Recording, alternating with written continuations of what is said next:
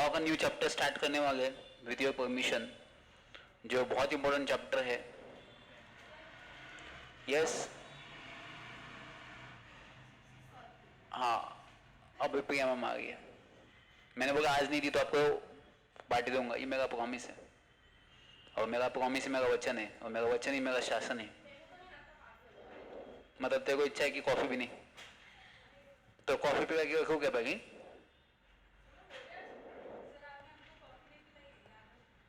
तो जाके पी के आना नीचे, उसमें क्या है?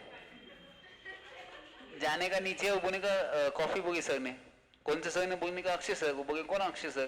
बोलने का भैरवड़े सर। बोले कौन भैरवड़ा? हम नहीं जानते। फिर पैसे देके ऊपर आने का? हाँ नहीं, हमने बोला कोई भी बच्चा आता है गलती से तो कुछ भी नहीं देने का, पैसा देने को अगर आता है बच्चा तो लेने का। कि सर को पैसा देना था तो शॉप वाले को हमने ऑथोराइज किया कि यू कैन एक्सेप्ट मनी। चलो, अभी श्रीलंका का नया प्राइम मिनिस्टर अपॉइंट हुआ है, पता है क्या? श्रीलंका का नया प्राइम मिनिस्टर अपॉइंट हुआ है। अरे इंडिया में रहते क्वेश्चन आएंगे तो ऐसे बोलोगे क्या जब एग्जाम में क्वेश्चन आएंगे मैं इंडिया में रहती? क्या बे तुम? तो उसका नाम है गुणवर्धने,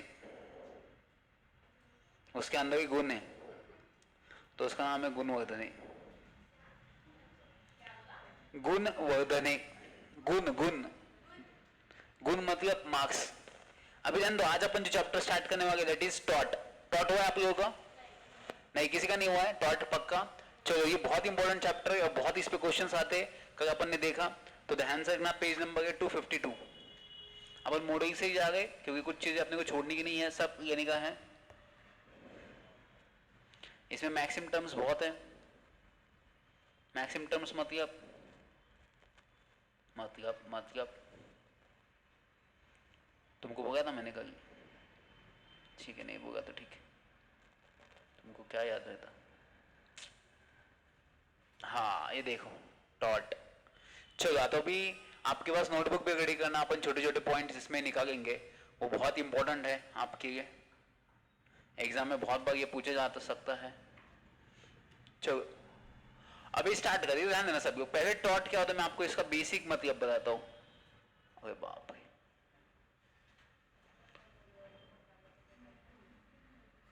टॉट का मतलब क्या होता है ध्यान देते। सबको दिखाई दे रहा है 252? यस, इधर दो सब लोग।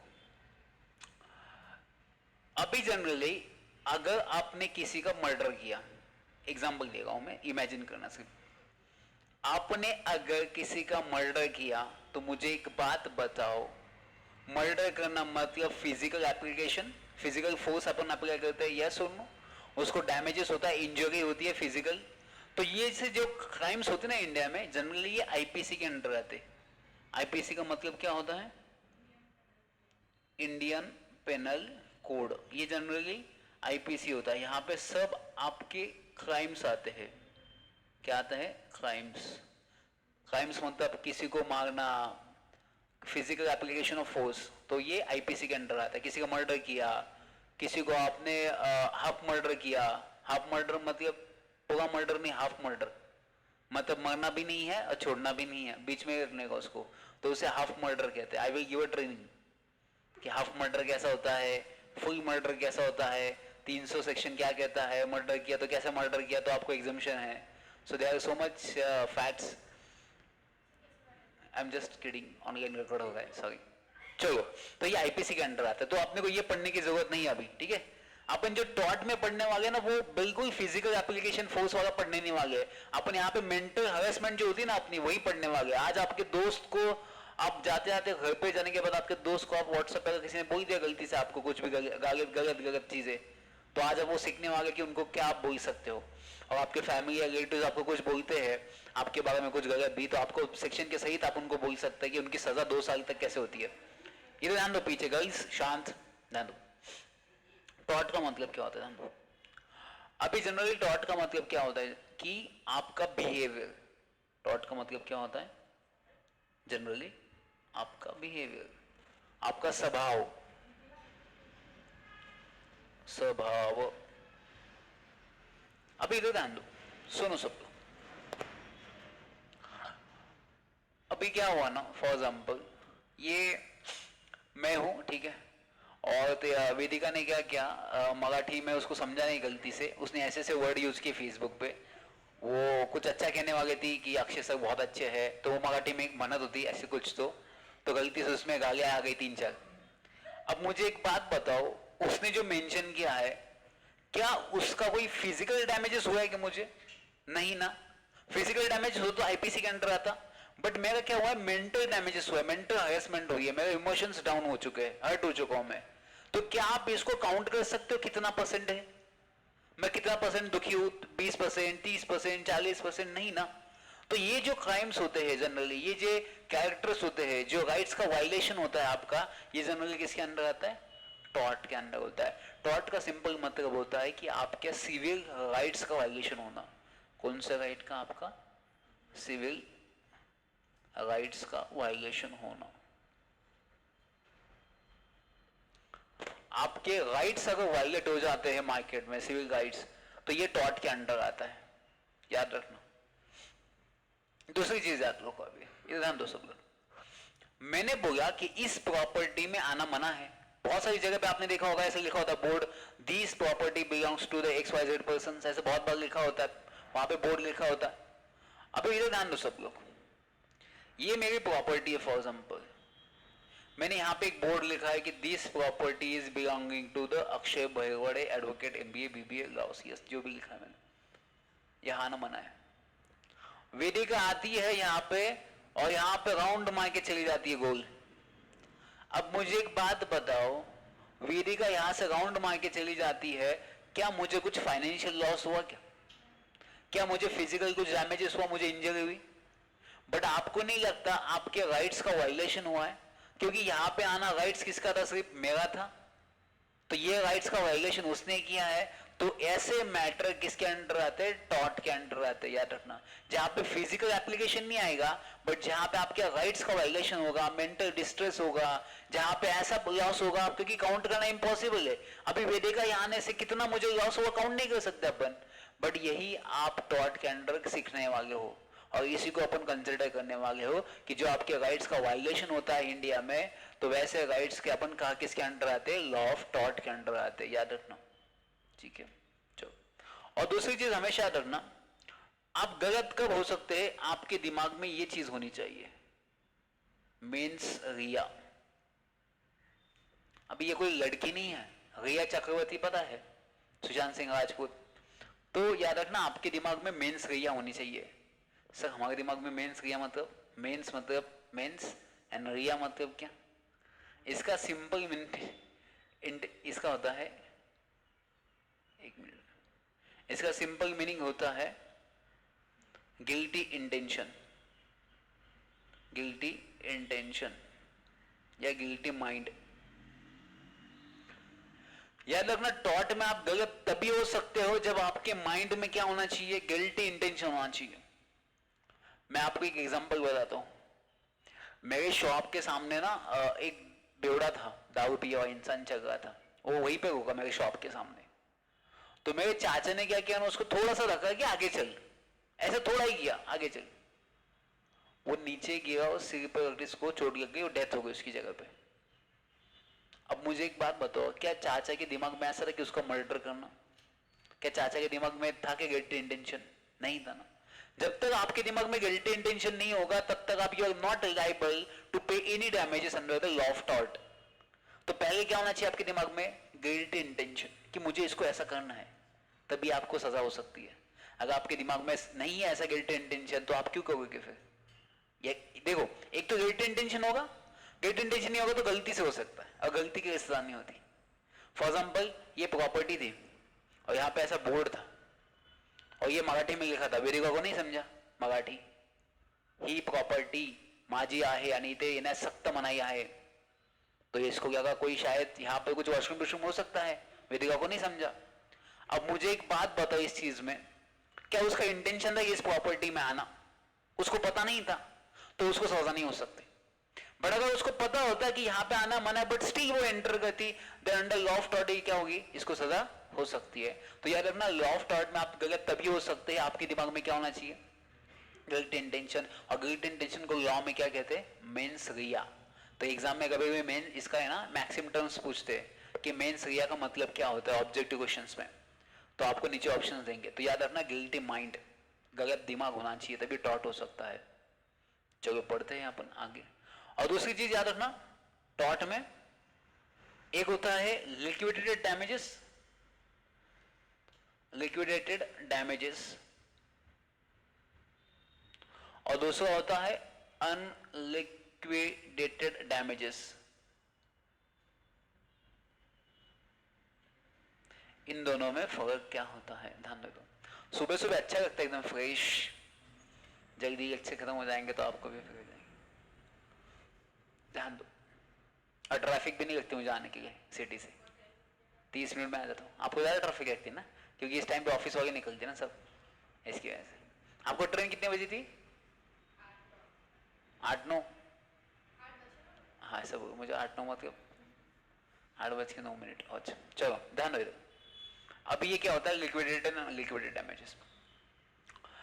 अभी मुझे एक बात ध्यान दो, मैंने एक गुड्स तेजस्विनी को भेज दिया 20,000 का। तेजस्विनी बोली मैं पैसे नहीं दूंगी आपको, सर आप अपने ही है, अपने से कहाँ पैसे लेते हैं। तो मुझे एक बात बताओ, मैं कोर्ट में उससे कितना पैसा क्लेम कर सकता हूँ? मुझे क्या पूछो कितना, मैंने गुड्स कितना 20,000 का गुड्स मैंने उसको बेचा है, वो मुझे पैसे नहीं देगी, तो कोर्ट में मैं कितना पैसा क्लेम कर सकता हूँ? 20,000। तो इमीडिएट आप काउंट कर सकते हो, तो जिसको आप काउंट कर सकते हो that is your liquidated damages. ये 20,000 आपके लिक्विडेटेड डैमेजेस है। इसका मतलब है, लिक्विडेटेड डैमेजेस का मतलब होता है काउंटेबल, जिसको आप काउंट कर सकते हो। काउंटेबल का मतलब होता है आप काउंट कर सकते हो। मैंने किसी को 10,000 का फोन बेचा, उसने पैसे नहीं दिया, तो मैं 10,000 क्लेम कर सकता हूँ, दैट इज लिक्विडेटेड डैमेजेस, आप काउंट कर सकते हो।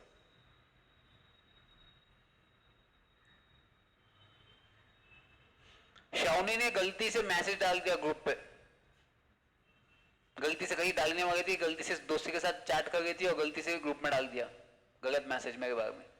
अब मुझे एक बात बताओ, मुझे जो बुरा लगा है, मुझे जो दर्द हुआ है, क्या आप उसको काउंट कर सकते हैं कि वो कितना है? तो जो जो डैमेजेस को आप काउंट नहीं कर सकते ना, उसे आप कौन से डैमेजेस कहोगे? अनलिक्विडेटेड। लिक्विड का मतलब क्या होता है? जो इजीली काउंट कर सकते हैं। तो यहां पे आपको होगा अनकाउंटेबल, जिसको आप काउंट ही नहीं कर सकते।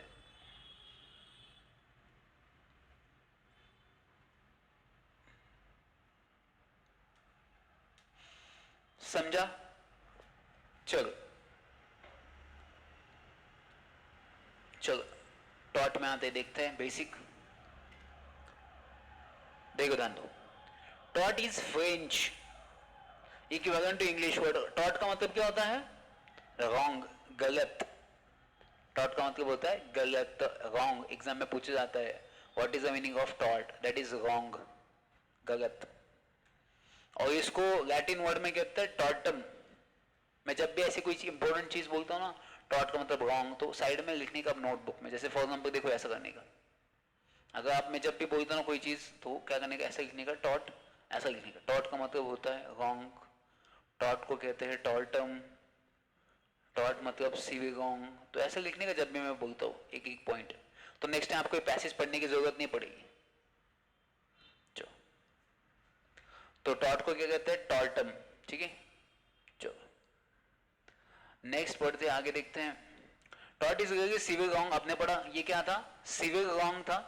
यस और नो? रॉन्ग इन लॉ इधर पब्लिक और प्राइवेट भी हो सकता है। पब्लिक या प्राइवेट मतलब सर, मैंने किसी एक इंसान के बारे में गलत लिखा फेसबुक पे, दैट इज प्राइवेट रॉन्ग। वो डैमेजेस आप काउंट नहीं कर सकते कितना उसको दर्द हुआ है, that is unliquid damages and it is a civil wrong, civil rights का वायलेशन हुआ है। मैंने पूरे पब्लिक के बारे में लिखा, ये यहां रहने वाली पब्लिक पूरी गधी है, मतलब ये क्या हुआ? पब्लिक रॉन्ग होता है। तो सिविल आपका पब्लिक रॉन्ग भी हो सकता है टॉट, या प्राइवेट रॉन्ग भी हो सकता है। पब्लिक से याद आया, विधि का पब्लिक कंपनी में मिनिमम कितने लोग होते हैं? कोई नहीं बोलेगा। अच्छा, एंड प्राइवेट में मिनिमम? अच्छा, डायरेक्टर्स कितने होते हैं पब्लिक में मिनिमम, एंड पब्लिक में ए प्राइवेट में? डायरेक्टर्स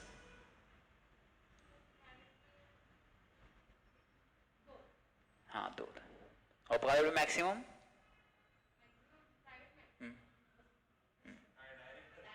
नहीं नहीं मेंबर्स डायरेक्टर के एक डायरेक्टर कितने कंपनी में 20 ओके एंड एक कंपनी में कितने डायरेक्टर होते हैं मैक्सिमम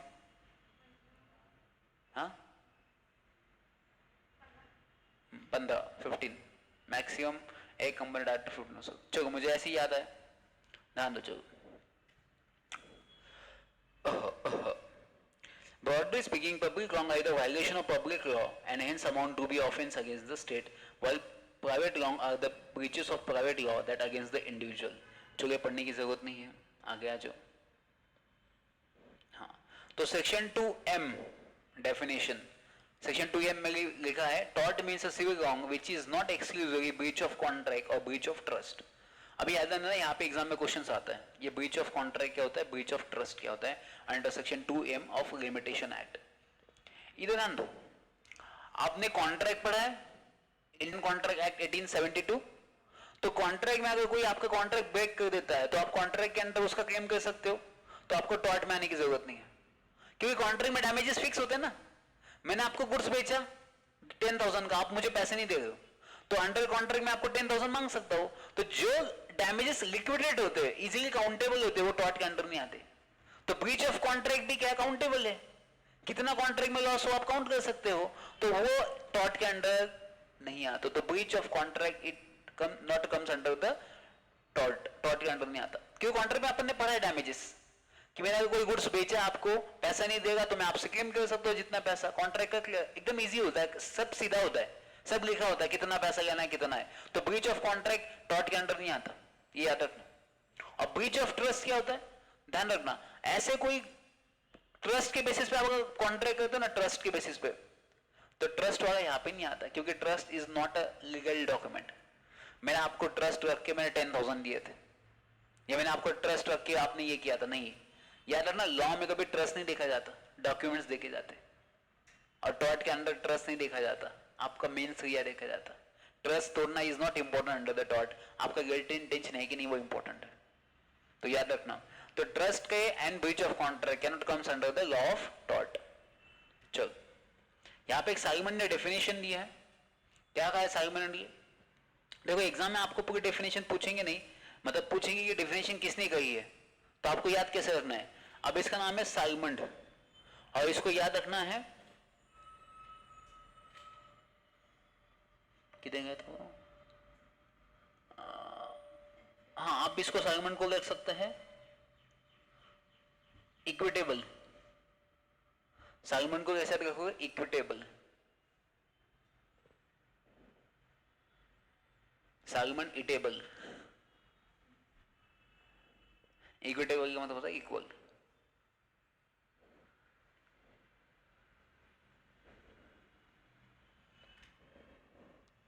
फ्रीज में क्या होता है सूट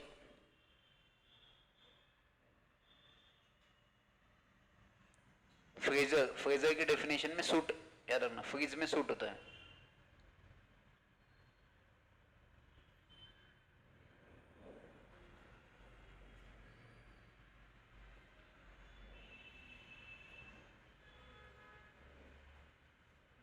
ठीक है विनफील्ड विंडगिल्ड का मतलब होता है रिड्रेस इसको ऐसा रखना विनफील्ड मतलब रिड्रेस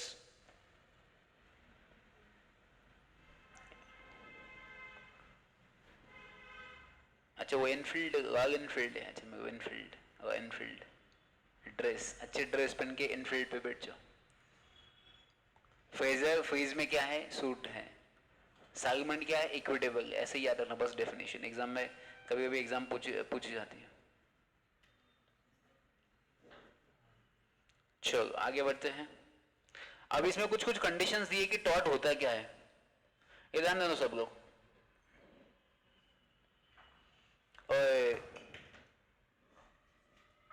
किधर अच्छा ये ध्यान दो फैन लगा के अभी सो जाएगी फैन लगा के अभी सो जाएगी फिर कब उठेगी ध्यान दो इधर अभी आपको पता है कोर्ट में जो केस फाइल करता है उसका नाम क्या होता है, उसको क्या कहते हैं, प्लेंटिफ। एंड जिसके अगेंस्ट केस फाइल करते हैं उसको क्या कहते हैं, डिफेंडेंट। याद रखना, जो केस फाइल करता है उसे क्या कहते हैं, plaintiff. The person who file the case in court of law is called plaintiff. The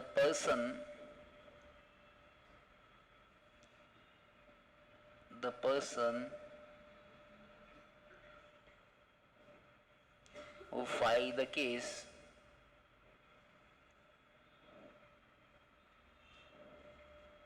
in the court is called plaintiff.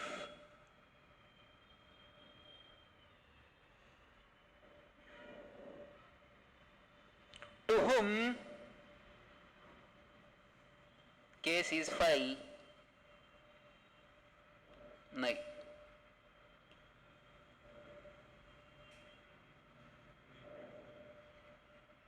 who defend himself, लड़की herself लेकर भी चलेगा, लड़का हमेशा सजा नहीं, गलत नहीं होता। To defend himself or herself in the court is called defendant.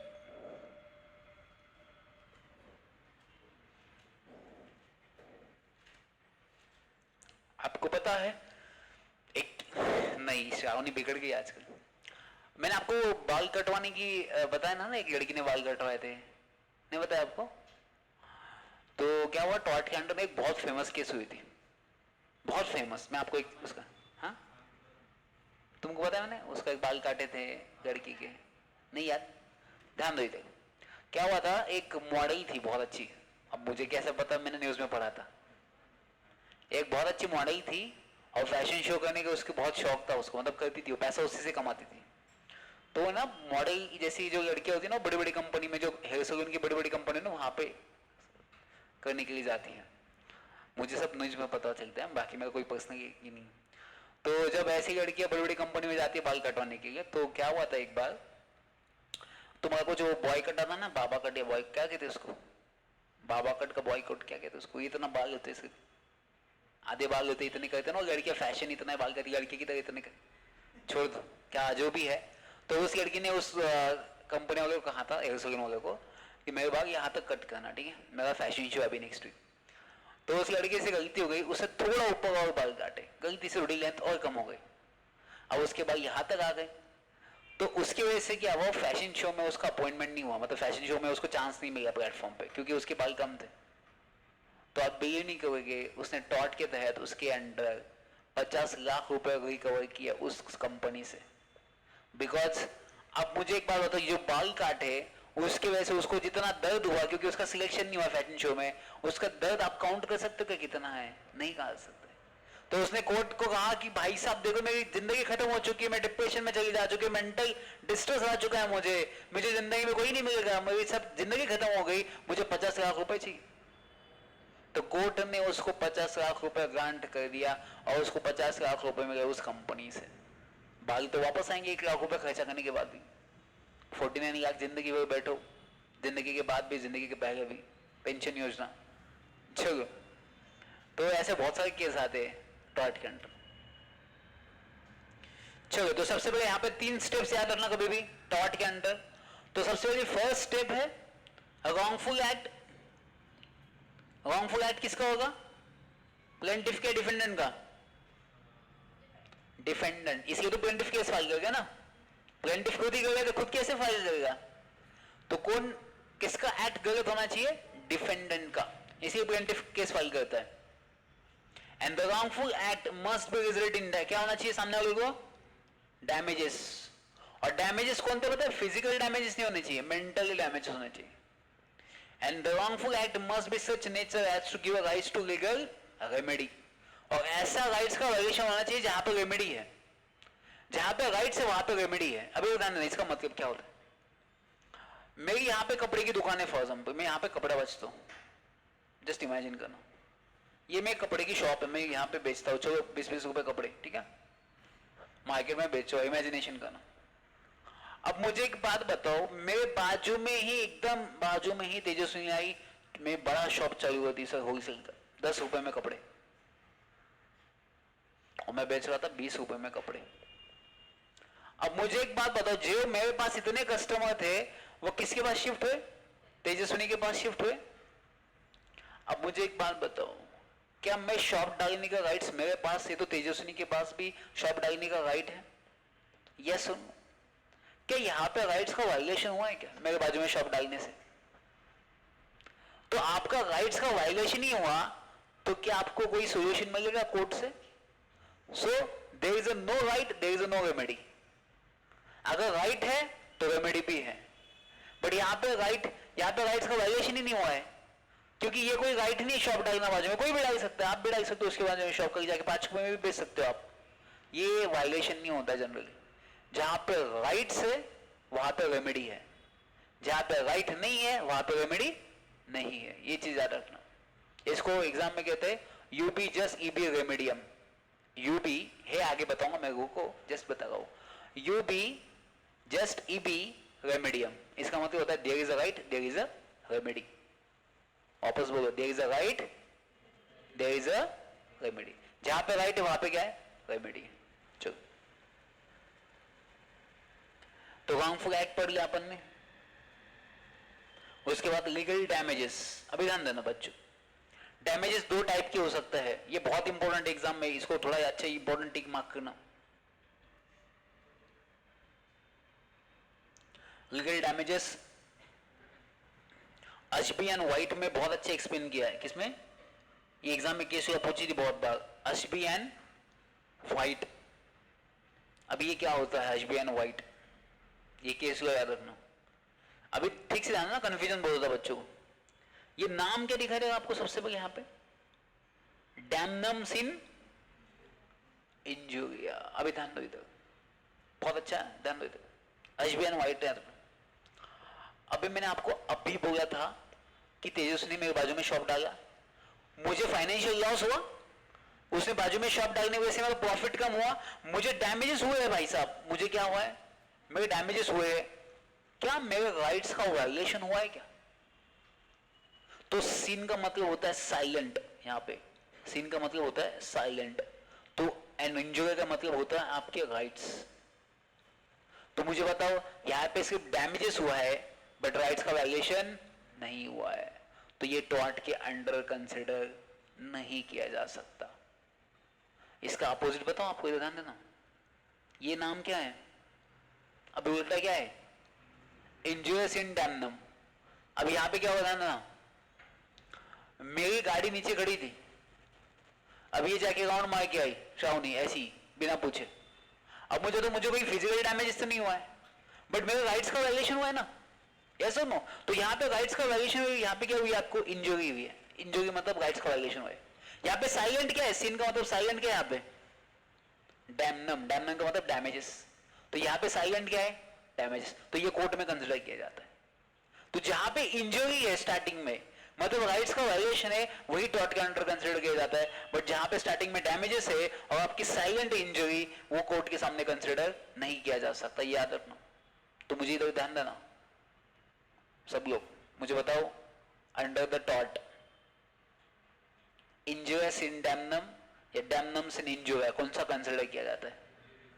इंजुरिया sin damnum. Injury का मतलब होता है राइट्स का वायलेशन होना है, एंड साइलेंट होते हैं डैमेजेस, तो यही कोर्ट में कंसिडर किया जाता है। और जहां पे डैमेजेस होते हैं स्टार्टिंग में, डैमनम सिन इंजुरिया, डैमेजेस होते हैं बट राइट का वायलेशन नहीं होता, वो कोर्ट के अंडर नहीं आ सकता।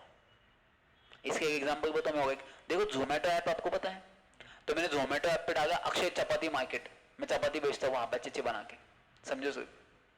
तो कोई एक लड़की आई, उसने डाला अक्षय चपाती मार्केट, वो मेरे से बेहतरीन चपाती बनाने लगी। अब यहाँ पे मुझे डैमेजेस हुआ है, लॉस हुआ है, बट क्या मेरे राइट्स का वायलेशन हुआ है क्या? नहीं। और ये मैंने बोला था there is a right, there is a remedy, but यहाँ पे राइट्स का वायलेशन नहीं तो रेमेडी भी नहीं है, यस और नो? तो यहाँ पे आपको कोर्ट के अंडर, टॉर्ट के अंडर कुछ भी नहीं मिलेगा। हाँ, अगर उसने एग्जाम्पल, उसने क्या किया, मेरा नाम यूज किया अक्षय चपाती, अगर डबल यूज किया मेरे नाम का, तो मुझे इंजरी है, मेरे राइट्स का वायलेशन है, बट डैमेजेस है कि मुझे कोई नाम यूज करने से कुछ नहीं है, तो कोर्ट में वही कंसिडर किया जाएगा। तो कौन सा? इंजुरी सिन डैमनम, और डैमनम सिरिंजो को कोर्ट में कंसिडर नहीं किया जाता। और एचबी और व्हाइट याद रखना केस, कौन से केस है, एचबी एंड व्हाइट। बच्चों इधर ध्यान देना, मैम का फोन है, जस्ट 1 सेकेंड। हाँ बोलो। हाँ मैम, कब से चालू हुआ?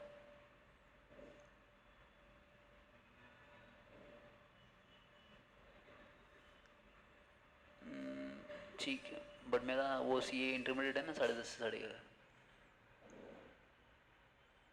हाँ सी ए इंटर का, ठीक है चलेगा, ओके।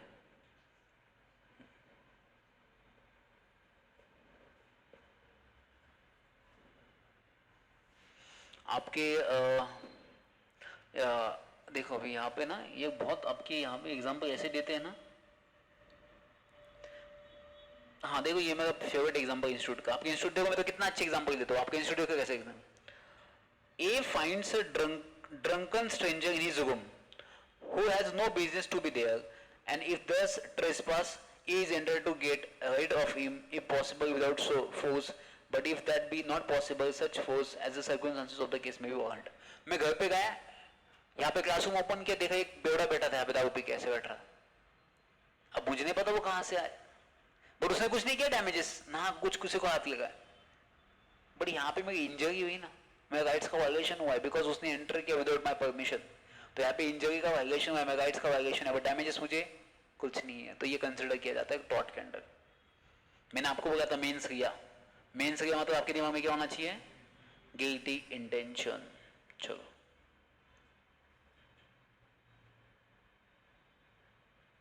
देखो, टॉर्ट एंड क्राइम में डिफरेंस देखो। क्राइम मतलब मर्डर करना, एंड टॉर्ट मतलब फिजिकल सॉरी मेंटली डिस्ट्रेस करना। अभी देखो यहाँ पे डिफरेंस दिया। सबसे पहले इन्फ्रिंगमेंट ऑफ प्राइवेट और सिविल राइट्स ऑफ इंडिविजुअल्स, क्या होना चाहिए, प्राइवेट होना चाहिए, ध्यान रखना। पब्लिक कंसिडर नहीं करते अपन टॉर्ट के अंदर, पब्लिक हमेशा क्राइम में आता है। अपन कौन सा कंसिडर करेंगे, सिर्फ प्राइवेट, किसी एक इंसान के बारे में ही करेंगे कंसिडर।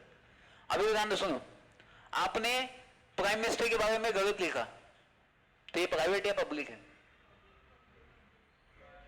प्राइम मिनिस्टर के बारे में आपने गलत लिखा, प्राइम मिनिस्टर गधा है ऐसा ऐसा करके, एग्जांपल देगा ऑनलाइन होगी, ये प्राइवेट है या पब्लिक है? मुझे एक बात बताओ, प्राइम मिनिस्टर क्या आपका खुद का है क्या? किसका है प्राइम मिनिस्टर? पूरे पब्लिक का है, तो ये पब्लिक रॉन्ग आएगा, प्राइवेट नहीं। हाँ, क्योंकि जो पोस्ट बिलोंग करती है पब्लिक के लिए, वो पब्लिक रॉन्ग होता है, करेक्ट।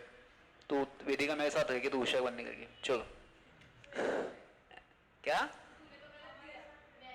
तुम्हारे साथ? हाँ चलो, ध्यान देते बस भाई। और यहाँ पे क्या आएगा, पब्लिक राइट्स किसके अंडर आएगा, क्राइम के अंडर। चलो, और यहाँ पे ध्यान दो, यहाँ पे जनरली कंपेंसेशन मिलता है एंड यहाँ पे पनिशमेंट मिलती है। देखो क्राइम में टॉर्ट में डिफरेंस क्या है, ध्यान दो। आपने मर्डर करने के बाद आपको पनिशमेंट मिलती है 2 साल 3 साल, बट टॉर्ट के अंडर अगर राइट्स का वायलेशन होता है ना, तो कंपेंसेशन मिलता है कि 10 लाख 50 लाख 30 लाख। अभी आप भी फॉर एग्जाम्पल मेरे में गलत लिखा आपने कुछ फेसबुक पे, तो मैं आपसे 10 लाख मांगूंगा, दैट इज कंपेंसेशन। टॉर्ट में कंपेंसेशन मिलता है। आपने मेरा मर्डर किया तो मैं आपसे पैसे नहीं मांगूंगा, तो क्योंकि पैसा मांगा तो हर कोई बोलेगा अगर मर्डर कर तो पैसा दे, अगर मर्डर कर तो पैसा दे। तो कितने इंडिया में मर्डर हो गए? तो क्राइम के अंडर कंपेंसेशन नहीं मिलता, क्राइम के अंडर क्या मिलता है, पनिशमेंट। बट टॉर्ट के अंडर क्या मिलता है, कंपेंसेशन। ये बेसिक डिफरेंस आ रहा है ना एग्जाम में, क्योंकि आप सोचो अगर क्राइम के अंडर कंपेंसेशन मिलने लगा तो मैं कितना मर्डर किया था आज? हाफ मर्डर का मैं 1 करोड़ रुपए था, हाफ मर्डर 1 करोड़ रुपए, 1 करोड़ रुपए। तो याद रखना, क्राइम का कंपेंसेशन नहीं मिलता, क्राइम की पनिशमेंट होती है। चलो,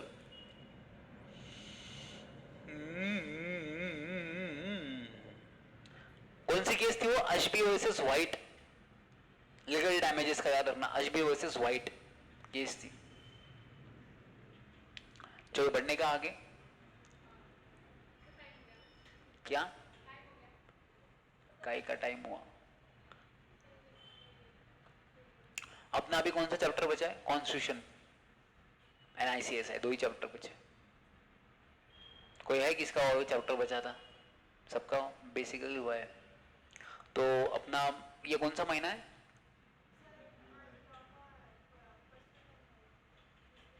हाँ, कल अपन ने डिस्कस किया ना अरे कल वो तो सॉल्व नहीं किया क्या अपन ने क्वेश्चंस? अच्छा आगे एग्जाम के बोले ना, मैं बोला कल वो अपन ने इंस्टीट्यूट के मॉडल से किए ना सॉल्व, अच्छा ये वाले करने वाले थे क्या? हाँ हाँ इधर हो जाएंगे ओपन, मुझे कल पासवर्ड पता चल जाए क्या था। मैंने घर जाने के बाद थोड़ा रियलाइज किया कि पासवर्ड का। चलो अपन फिर क्वेश्चन देखते थोड़ी देर। तो ये याद रखना, रिवाइज करना, कल मैं इसके बारे में क्वेश्चंस पूछूंगा। तो मे बी अगस्त एंड तक आपका सिलेबस खत्म हो जाएगा लॉ का, फिर मैथ्स स्टार्ट होगा आपका सितंबर से, 1 सितंबर से। नहीं 25 मार्क का ही मैथ्स है, फिर पूरा एक महीना। अरे आपका कब है अटेम्प्ट? नवंबर ना, तो आपको 4-4 घंटे बैठने से अच्छा 3-3 घंटे ही बैठो। सितंबर टू आपका बाय 15 अक्टूबर खत्म हो जाएगा मैथ्स 45 डेज में। फिर जैसे ही मैथ्स हो जाएगा तब तक तो मेरा क्या बोलते उसको, सितंबर 15 तक मेरा इको भी खत्म हो जाएगा। तो 15 सितंबर तक आपका पूरा सिलेबस खत्म हो जाएगा with revisions, with test paper, with mock test सब। तो आपके पास बहुत टाइम मिलेगा आपको, कम से कम अक्टूबर का सितंबर अक्टूबर प्लस 45 डेज आपके पास बचेंगे। नवंबर में आपका अटेम्प्ट है, तो मैं अक्टूबर में आपको वापस रिवीजन करके बुलाऊंगा, 1-2 दिन वापस करना है तो। हाँ लर्न कैसे कर, अभी लर्न कैसे करना है? तो लर्न नहीं करने का, याद रखने का, जैसे मैंने बोला। और लर्न करने की जरूरत नहीं मैडम, जो ऑब्जेक्टिव होता है समझ जाता है, ये करने पाया था, ये बताया था। लर्न करने की जरूरत नहीं, रट्टा मारने की जरूरत। कैसे क्या कंफ्यूज हो, पता है एग्जाम्पल कुछ? वो क्यों होता है पता है मैडम? क्योंकि आपके रिवीजन कम है। अगर रिवीजन अच्छी तो आपको नहीं। अरे मुझे एक बात बताओ, मैंने लिखा टॉट is a option D ABCD, टॉट इज अ सिविल रॉन्ग। क्या सिमिलर ऑप्शंस आते हैं? कभी नहीं आते ऐसे सिमिलर ऑप्शन। कोई ऐसा एक क्वेश्चन देखो जिसमें सिमिलर ऑप्शन आते हैं। वो क्यों लगता है? आपके कंसेप्ट क्लियर नहीं होगी। फिर अगर मेरे कंसेप्ट क्लियर है तो मुझे कंफ्यूजन नहीं होगा। अगर मुझे 2 लड़की सामने दिखती है, मुझे पता है मेरी रोल कौन सी है, मुझे कंफ्यूजन नहीं होगा ये कि वो है। अरे फिर आपको 2 क्वेश्चन, फिर 2 ऑब्जेक्टिव कैसे सेम लगते हैं? फिर आपको लगने नहीं चाहिए, 2 ऑब्जेक्टिव में हमेशा डिफरेंट होने चाहिए वो। चलो अपन क्वेश्चन पेपर देखते हैं।